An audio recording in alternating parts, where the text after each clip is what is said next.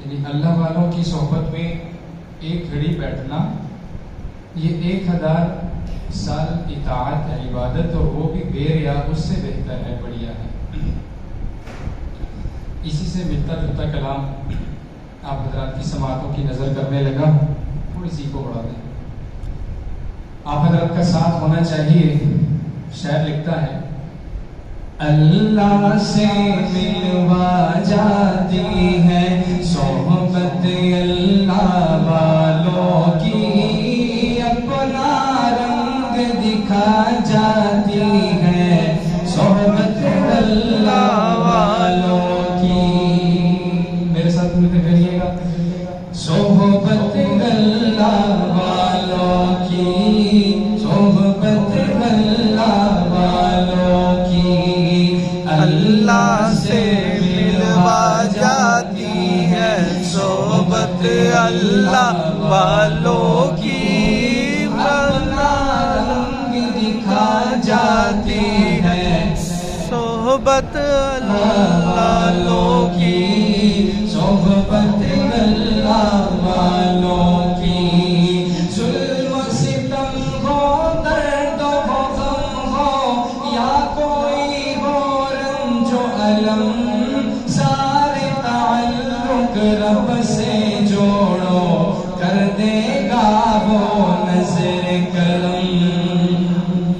کہہ دے سبحان اللہ، سبحان اللہ۔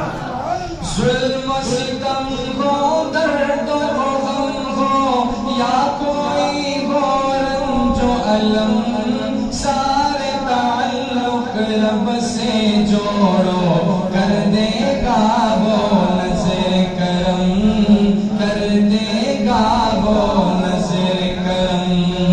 تارے سے تارے ملا جاتی ہے صحبت اللہ والوں کی، اپنا رنگ دکھا جاتی ہے صحبت اللہ والوں کی، صحبت اللہ والوں کی۔